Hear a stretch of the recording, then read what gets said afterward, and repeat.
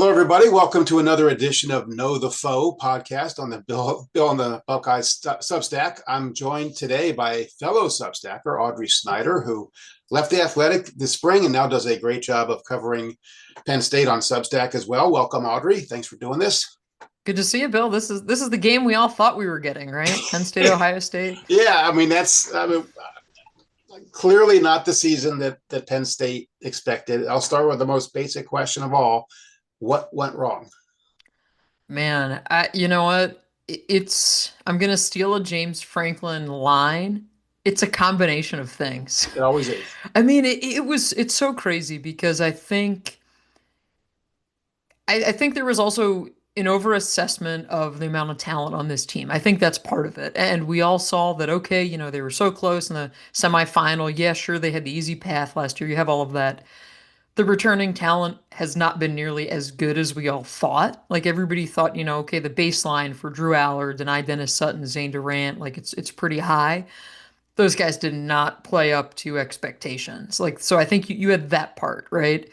And then really the loss to Oregon just broke this program. And I think Penn State spent so much time in the offseason preparing for Oregon and Ohio State. Like they were doing all these studies, all this look ahead.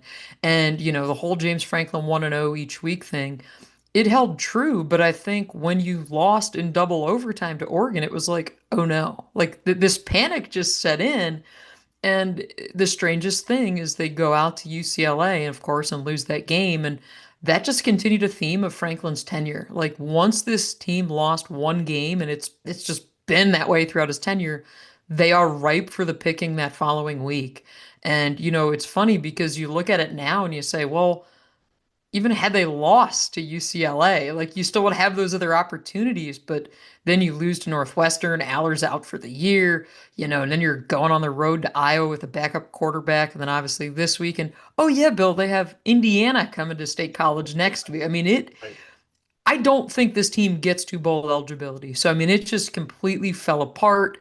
I'm sure we'll get into Jim Knowles a little bit, but his defense, as is the case, takes a while to take hold. That's been part of the problem this year too. Yeah. Were you surprised James Franklin got fired after the Northwestern loss?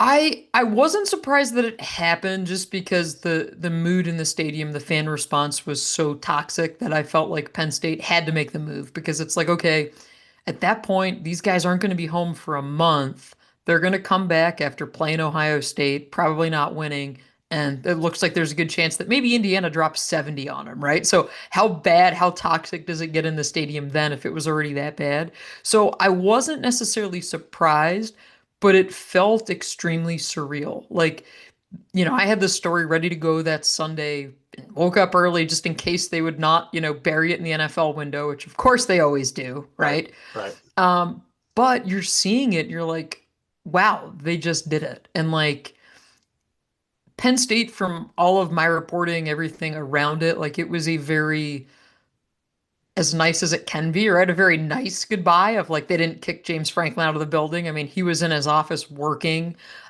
literally up until getting fired. And, AD Pat Kraft went in and said, hey, like this isn't working. And I think Franklin also wanted a fresh start. Like I think that's the other part of this too, where Penn State is able to frame it to him as, hey, this wasn't working. You don't want to keep going through this. Your family doesn't want to have to keep going through it. Right. And I think Ohio State fans can probably resonate with that a little bit after the way it was with Ryan Day last year. Yeah, I was just thinking about that when you were talking about Franklin. The way that fans were after the Michigan game, um, Ross Bjork heard it as he was leaving the field, Ohio State's athletic director, and yet they didn't pull the plug on Ryan Day. They, I remember texting Ross Bjork the next morning and saying, "Can you talk about this?" And he got back to me later in the day and gave him the vote of confidence, which a lot of times is just words and lip service, and the guy gets fired. It's almost the kiss of death in a lot of cases. Yeah. They meant it. I mean, they meant it. That Ryan Day they felt was the right guy. They were going to ride out the storm, and it paid off for him. And who's you obviously know Penn State far better than I do, but it's not like the guy's a bum. It's not like they can't coach. It's not like they weren't close. Some of those games against Ohio State could have very easily gone the other way. Of course, the one he did win was a fluke, that Yeah. clock kicks. But Penn State, I just looked this up. They've never lost to Ohio State since it's been a long time, at least by more than 13 points. So they're always competitive with Ohio State. Since 2015, I think that was a blowout. But since Yeah. then, it's been close. And so, how much of that is James Franklin's coaching deficiencies that they couldn't get over the hump in those games? How much is bad luck? How much is the other team making a great play? I don't know, but Ohio State held firm and said, no, we have the guy we want. Now, if they had blown it in the playoff, Oof. I think Ryan Day would have left. I don't think it would have been Ohio State firing him as much as Ryan Day saying, I'm out of here because this is just not tolerable. But that didn't happen. They got it together. They won the playoff. And that seems like a very, very distant, painful memory. James Franklin's, not there anymore. And so it's hard to say whether they did the right thing or wrong thing, but it just seemed like it was too toxic. Yeah, and I don't think we're gonna know for 2 to 3 years if it was the right move, right? Because it almost feels like Penn State is gonna take some big swings on this coaching search, right? Because you get rid of James Franklin, you're getting rid of that security of, 9 to 11 win Right. seasons, Right. right? So you're gonna take these big swings in the search, and really, I think it comes down to like the next person is gonna probably have 2 years to come in here and get this team back to the playoff, and if that doesn't happen, I mean. I drew this parallel earlier, but if Penn State lost in 2016 to Minnesota, so it was getting ugly at that point, right? There were Fire Franklin cheers in the stadium, like it's bad. They had to go to overtime against Minnesota. If he doesn't win that game, I don't think he survives that season. Now, of course, that becomes the turning point. Then they go on, they beat Ohio State, win the Big Ten, all that stuff. And had he not won that game, I think Penn State probably would have cycled through a couple head coaches up to this point, because it's like he was here for almost 12 full years, which in this era, college football is That's a a long long time. time. Yeah. And so you look at it and you say, okay, well, it wasn't good enough, but at the end of the day, it was a double overtime loss to Oregon. But as athletic director Pat Kraft said in the press conference after they let Franklin go, he said, this was not about a 3 game sample size, that this was looking at the data and right. So that's clearly the 4-21 record against the AP top 10 opponents and all that stuff. What's the speculation about the successor? Because there's not a lot of great candidates out there. Yeah. I think I saw Joel Klatt say their first call should be to Urban Meyer and Nick Saban. I'm thinking, well, that's No. the longest of long shots. I mean, Yes. the longest.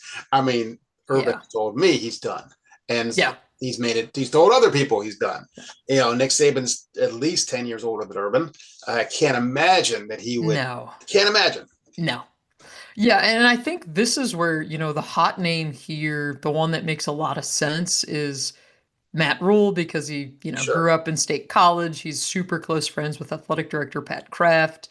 But I think where this whole thing gets really interesting is if Nebraska goes like say 10-2 makes the playoff, right? Or any team, like any team that Penn State's looking at, Right. I think you have to find that sweet spot of a team and a coach that's good, but that probably doesn't make the playoff. Because if you make the playoff, your timeline is then getting pushed. And Right. now you're talking, okay, it's late December when you're making, those first round games are happening.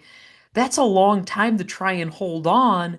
And oh, yeah, if that guy that you really want, if his team then wins in the first round, like good luck getting him. So I think that's where you have to probably like, and again, Penn State fans, I've heard a lot of them don't want Matt Rule because of his record against elite Right. That's what I was teams just going to bring isn't it better up. than Franklin. So Yeah. like, I get that.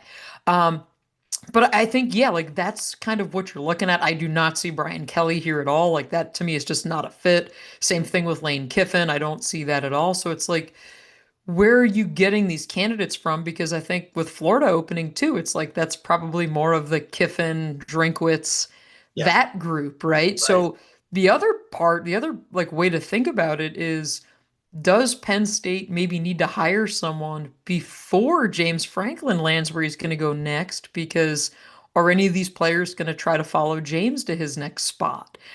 I mean, I don't think that's as much of a worry just because most of this roster was going to turn over anyway. But like that is the other thing at play here of like, okay, say, I don't know, what if James Franklin ends up at Virginia Tech?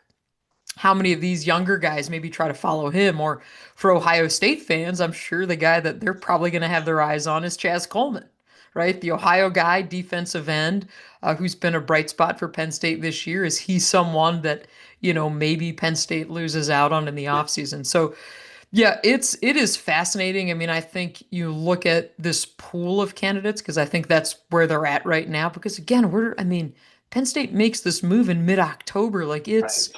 you have 5 games to go. I think you're kind of looking at how the season plays out, and is a Matt Campbell type guy at Iowa State, like is that someone who maybe comes in play? Jeff Brom at Louisville, is that a candidate, right? Like, it's gonna be fascinating, and obviously a lot of people mentioned Brian Hartline. I just don't see that right now. Like, I think this is Brian probably has to go somewhere else Yeah, before, you yeah, know. yeah. I've seen that speculation, and Yeah. look, he's a hot name for a reason, but Hmm. never been a head coach. First year, Yeah. really, as a coordinator. Still a young guy.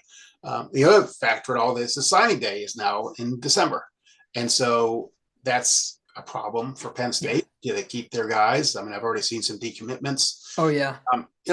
It's fans probably should understand that when you fire a coach and it's momentary glee, right? Thank God he's gone. Yeah. And then you're like, okay, well, what do we got? And Yeah. and programs can collapse too. I mean, yes, Penn State has plateaued, no question about that. Would Franklin have ever gotten over the hump? Maybe not. Yeah. But um, nothing's a given. I mean, you look what happened to Michigan when they hired Rich Rod. If you have the wrong guy, Yeah. collapse in a second. So anyway, let's get back to more of this team. And you mentioned Jim Knowles. Let's talk about Jim Knowles. So Ohio State fans know it's a complicated defense. It takes time to learn. First year they improved under Jim Knowles, no question. They improved from the disaster it had been before, but it it wasn't until the second and then third year that it just really took hold. And a lot of that was because you had really good, experienced players. I think at a higher level than Penn State has right now. How has he done? How is he being perceived right now? It's been a challenge. The thing that struck me is maybe 3 or so weeks ago, I was talking to a defensive back, and I just simply asked this guy because he's transferred several times. So, King Mack, the safety, started his career at Penn State, transferred to Alabama, was at Bama last year, then came back to Penn State, and he had kind of risen up the depth chart pretty quickly. And so I asked him, I said, King, how did you learn Jim Knowles' defense so quickly? Because you seem to be one of the guys that has a better grasp on it. And he told me, he goes, well, I showed up to a defensive staff meeting and it just like made sense. After practice, I just walked into a staff meeting and sat down with the coaches, and the way that Coach Knowles was explaining it, it made sense. And I'm like, okay, I've literally never heard a player, and especially a non-quarterback, go to a defensive staff meeting. So I started asking around, and other defensive backs, or at least a handful of guys that have done that because they're like, we don't understand the defense and we need to better understand it. So the learning curve is absolutely part of the challenge this year. And, Penn State, so here's the other part of this. The preference is whoever they hire next, ideally they want to try and keep Jim Knowles because I think they're going to try to pass it off as, hey, next head coach, we got this guy who's going to have 2 years left on that 3-year contract. Like, we'd really like it if you'd consider keeping him.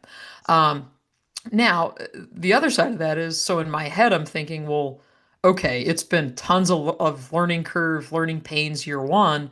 If this roster flips, you're probably going to be going through the same thing next year, Right. right? So to me, that's part of the challenge. The other thing is Penn State, and this is not Jim Knowles' fault. Penn State was paper thin at linebacker. They went out and got Amari Campbell in the transfer portal from UNC. He's been great, but their best linebacker, Tony Rojas, is out with a season-ending injury. And without Rojas, it's crazy to say that, a defense was hinging on one linebacker in like a 4-2-5 defense. It mattered with the one linebacker. That is absolutely what's been the problem for Penn State. Ohio State fans will see number 0, Dom DeLuca, just not athletic enough for the defense, and he's been exposed quite a bit this year. And so it's like, your top flight guys, Denai Dennis, Sutton, Zane Durant, those guys have not been nearly good enough in Big Ten play.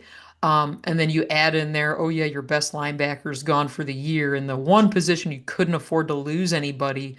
So you have that. And oh yeah, you add this learning curve to it. Um, I mean, I really struggle. I mean, this is the other thing. Like, this was a good defense. Like Tom Allen had he Yeah, left a it good was good, defense. Penn right? State, they've played really good defense under James Franklin, whether it was Brent Pry or Manny Diaz, um, Tom Allen. Like they've had a lot of DCs, but they've always been good. And this year, it just feels like the floor is way lower than it's been. Well, statistically at least, like Penn State's the number 5 pass defense in the country. Hmm. Now, is that a function of other teams not throwing the ball? I mean, Iowa's obviously Yeah. known for throwing the ball, and some of the other teams are not known for that. Yeah, and they're brutal against the run. I mean, that's the flip side of it. Like Penn State is horrible against the run this year. They have good defensive backs. Like safety is a key. Wheatley is one of the best safeties in the country. Cornerback AJ Harris started his career at Georgia. And originally I was like, back when we thought this would be a top five matchup, I was like, okay, like it's going to be interesting to see AJ Harris and Jeremiah Smith in that matchup. But Right? Harris actually got benched for a hot second after getting burnt against Northwestern. So it's been, yeah, and like he was not targeted in non-conference play. It was kind of like everybody's thinking, okay, like this guy's got to be pretty good. I mean, it's for as much star power is on this team, it just hasn't shown up. And that to me is like I guess if, Ohio State fans, maybe the thing you're nervous about, if anything about this Penn State team makes you nervous, which I don't think much should, it's that like on paper, these are still talented guys. Like I would not be surprised at all if come April, Penn State sets a school record for draft picks. Like there's still a lot of talent, but it just is not coming together. And for as disjointed as the defense has been, the offense has been much worse. Yeah, well, we'll get to that in a second. How have you guys talked to Jim Knowles much? How's he doing? The last we spoke to him was during the first bye week, so I'm sure that was strategic because the second bye week was this past week, and they didn't want us asking all Sure, of him about Ohio sure. State. So he's really only been made available preseason at media day once or twice in the offseason. So we've maybe talked to him like four times. Okay. So yeah, so it's tough to get as you guys know, it's tough to get a read on him. Quiet guy, Yeah. um, Yeah, but I we actually haven't. have a very good relationship with him. I kind of like the crusty Philadelphia kind of guy. Yeah. I mean, he's a very funny guy. People get to know him. Very dry wit, but he's not a relationships guy. That's just not. Yeah. He's an X's and O's guy. He's Hmm. not. That's just not his thing necessarily. But let's talk. Let's switch to the offense and obviously new quarterback. Drew Aller broke his ankle against Northwestern, out for the year. Feel terrible for the guy. By all accounts, he's a good young man Hmm. and Yeah. a very good player. Maybe not what people at Penn State hoped he would be, but you hate to see that happen. Ethan Grunkemeyer Yeah. is the new quarterback and local kid for us. Yep. Montangy High School. He started. I'm sure having him start his second start Hmm. against Ohio State wasn't the plan. No. Tell us about him, his skill set, type of kid he is. Yeah, he was put in a tough spot because Aller goes down and Penn State's faced with like maybe a 4th and 4 with the game on the line against Northwestern, and it's Right. like Aller hobbles off, "Hey kid, you're up."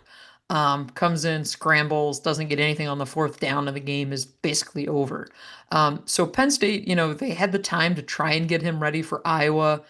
And there were certainly moments where he looked like a redshirt freshman quarterback where everything's moving really fast. I think what compounds all of this is that this is a receiving core that has underperformed once again. And so you've got guys that can't get open and a young quarterback, and you're like, well, what's he supposed to do? And then they've had some injuries on the offensive line, although they project that they should be good, like Vengo Ioane, who is their guard, who is like definitely an NFL caliber guy. Maybe their second best prospect NFL wise on this whole team. He should be back this weekend. So you're missing him at Iowa, so you're a little bit exposed that way. But I mean, we were talking to Grunkemeyer this week, and he said, growing up as a kid 20 minutes away, like he went to a bunch of Ohio State games, and I remember him telling me during his recruitment because he was recruited by Mike Yursich, so a few OCs ago, Sure. also an Ohio guy. Right. And Grunk trains with Brad Mandler, who's the same Ohio guy who trained Aller and some other QBs in the area. So a lot of ties, but Grunk was at the 2016 Penn State Ohio State game in Beaver Stadium, the fluke win, and he was there, sitting in the contingent of Ohio State fans, and his mom played basketball at Ohio State. So like this is somebody who grew up on the Buckeyes, so like he did not hide from the fact that this is going to be really cool for him on a personal level. He's like, yeah, I never thought I'd be playing, for Penn State against Ohio State, but yeah, he's young and it's going to be challenging. And the fact that we spent part of this week talking to interim head coach Terry Smith, and Terry says that, they need to be able to push the ball down the field and less so, horizontally and more vertically. I think that kind of tells you where this offense is, right? And they do that. I don't think so. I mean, that's part of the problem. And Terry Smith gave one of the most brutally honest assessments of this team immediately after the Iowa loss. He basically summed it up as special teams hasn't been good enough. We can't throw the deep ball. We can't throw the intermediate pass, and our defense can't get a stop. And I'm like, if that doesn't sum up this Penn State team, I don't know what does. Yeah, I mean, they brought back both running backs, Katron Yep. Allen and Nick Singleton. Singleton in particular struggled. Yes. What's been the issue? I think some of it's learning curve because Stan Drayton came out a new position coach this year, and they wanted to really focus on Nick reading the defense more rather than just reacting. And hey, like let's get you ready for the next level. And you can just see it. This is a guy that's been in his own head all season, and it's like he's overthinking.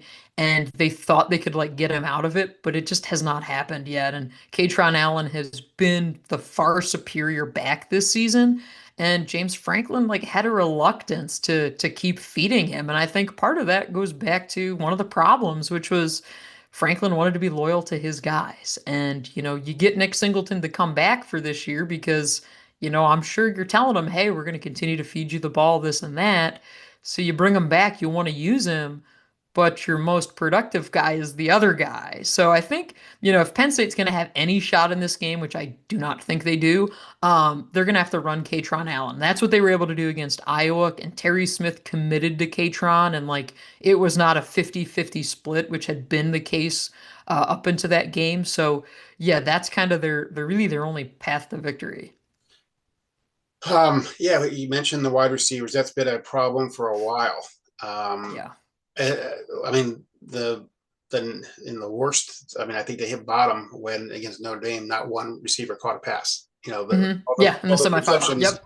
were by running backs or tight end. And the other thing is, look, they lost two absolute studs. Tyler Warren, the tight end, who was really a jack of all trades and a master of all trades. He Yes. was a great, great player.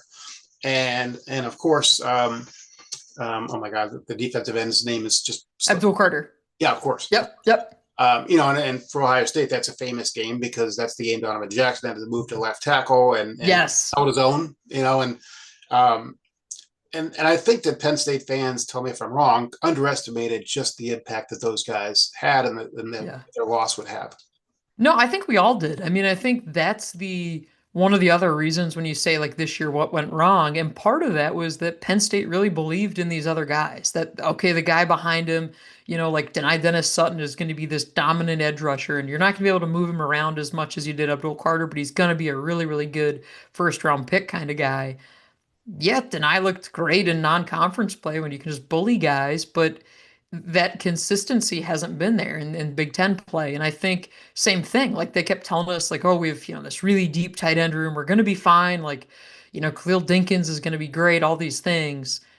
Yeah, the tight ends have underwhelmed. And part of that too was, hey, you're gonna go out, bring in three receivers from the transfer portal. They're gonna overhaul that room, and you add the tight ends in, and sure, it's not Tyler Warren, but collectively it's gonna be better. And it hasn't been. I mean, Devontae Ross, the receiver from Troy, has been the best of the three that they added. Kyron Hudson, who they got from USC, he's looked like the guy from USC, where, you have one or two plays where you say, wow, this is really promising, but then the consistency isn't there. And he disappears for long stretches. And, Trevor Pena is like more of a speed sweep kind of guy coming from Syracuse. And they can maybe do a few things with him, but he's probably best served as a slot receiver, right? I think they missed on a lot of talent evaluations on their own roster. And I think we all, like reporters included, we all fell for it because it was like, these guys are going to be good. And like the perplexing case of Drew Aller, he's going to finally put it all together. And like, No, Aller had a brutal year. I mean, you look at it now and you're like, this guy would have been best served turning pro after last season. Like coming back, ultimately for him was not the right move when you look at all the, the way he looked this year. And it's a tough way because this is somebody who really wanted to beat Ohio State. Great person, like he's been a lot of fun to cover. And at the end of the day, Penn State finally gets that five-star quarterback, and he just hasn't been what they thought. How's the psyche of the team? I mean, you're expecting a team that's going to come into Columbus and say, we got nothing to lose. Let's just leave it all out there. We've still got talent. And look, they haven't Mhm. lost by much. I mean, they lost a Yeah, double overtime. They compete. It's not like they're getting blown out. yeah. Obviously, the fact they were in tight games against UCLA and Northwestern is damning. But they were in. They Yeah. could have won all three of those games. No, for sure. I Yeah, mean, Iowa, of that's course. yeah. I mean, like you're looking at a couple 1 point losses here the last few weeks. Um, they will play for Terry Smith. That's the other thing. Like Terry made it known point blank the second he took over for James of like, I won't let these guys quit. Like that's not acceptable. And the players have bought into that. And Terry's been here. He's the last assistant of James's staff, and he's a Penn State letterman. So the guys respect him. They like him. They'll play for him. But at this point, I'm like, I just don't know what juice they even have left because it's like, you're right. I mean, they do have the talent.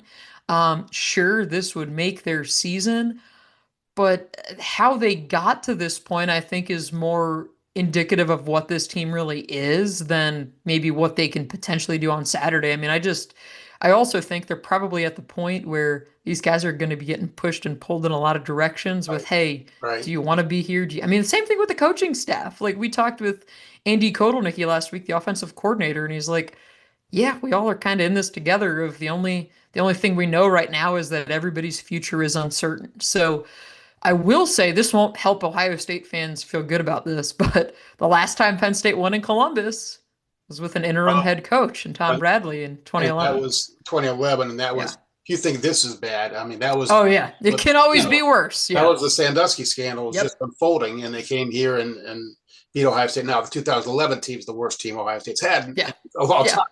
Um, yeah, you know, trying to look at it from the both sides of it. Penn State is a talented team still has a lot of, as you said, NFL caliber players.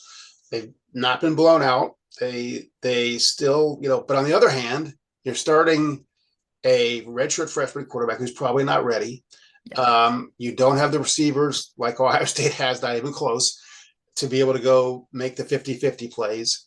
The run game is, okay, but on defense, I don't know that anyone could stop Ohio State's passing game for one thing. And secondly, Ohio State's run game has not been great. It's been decent, but not great. But Penn State's has been bad. So, like, what's the path for Penn State to win other than turnovers and some Yeah. Fluke plays. Yeah, right? it's Katron Allen, and then you're banking on this defense somehow putting it together. And I don't see it. Like to me, it's like I picked Ohio State to win 44-10 because like I think it just becomes a blowout, which again doesn't really align with how this series has played out, Right, right? And right. we won't get this game. That's the other sad part. We won't get this game again for the next few years because the way the schedule rotates. So yeah, I don't see Penn State really having a path other than okay, if you run Katron Allen, maybe that opens up some of your short passing game. Maybe a couple of your tight ends get going. You're feeding off the energy of a hostile environment, like maybe it's that us against the world kind of thing. But again, I have not seen anything from this team this season that suggests they're going to turn it around. Okay. Well, Audrey, is there anything else you'd want to add about this very forgettable season for Penn State? And yeah, it's been kind of crazy, I'm sure. Yeah, I think the thing that people are going to remember, it's they're going to remember this as the year that Penn State fired James Franklin. Like nothing that happens on the field is going to change that, and everything is about the coaching search. And hey, you still got a month of football games left, but it just feels like it doesn't really matter around here, which is not what I expected to be talking and writing about, in the preseason. No, nobody did. Everyone thought this was, obviously Ohio This was State it. Texas in the opener, and then it was this one, number whatever, 2, 3, 4, Penn State, maybe number Yeah. one, Penn State, and um, Nope, not the game we expected. So anyway, well, thank you, Audrey. Again, tell people where they can check out your Substack. Yes, my Substack is insidethelions.substack.com. All kind of Penn State coverage over there, and I will be in Columbus on Saturday. So whatever happens, I'll be there. Well, Audrey, thanks so much for joining me here. Hang in there. Yeah, People you got it, Bill. subscribe to Audrey's Substack, be a paid subscriber. We love subscribers. We love paid subscribers even more. They pay the bill. That we do. So again, thanks so much for joining me. You got it. Thanks, Have a Bill. safe trip. All right.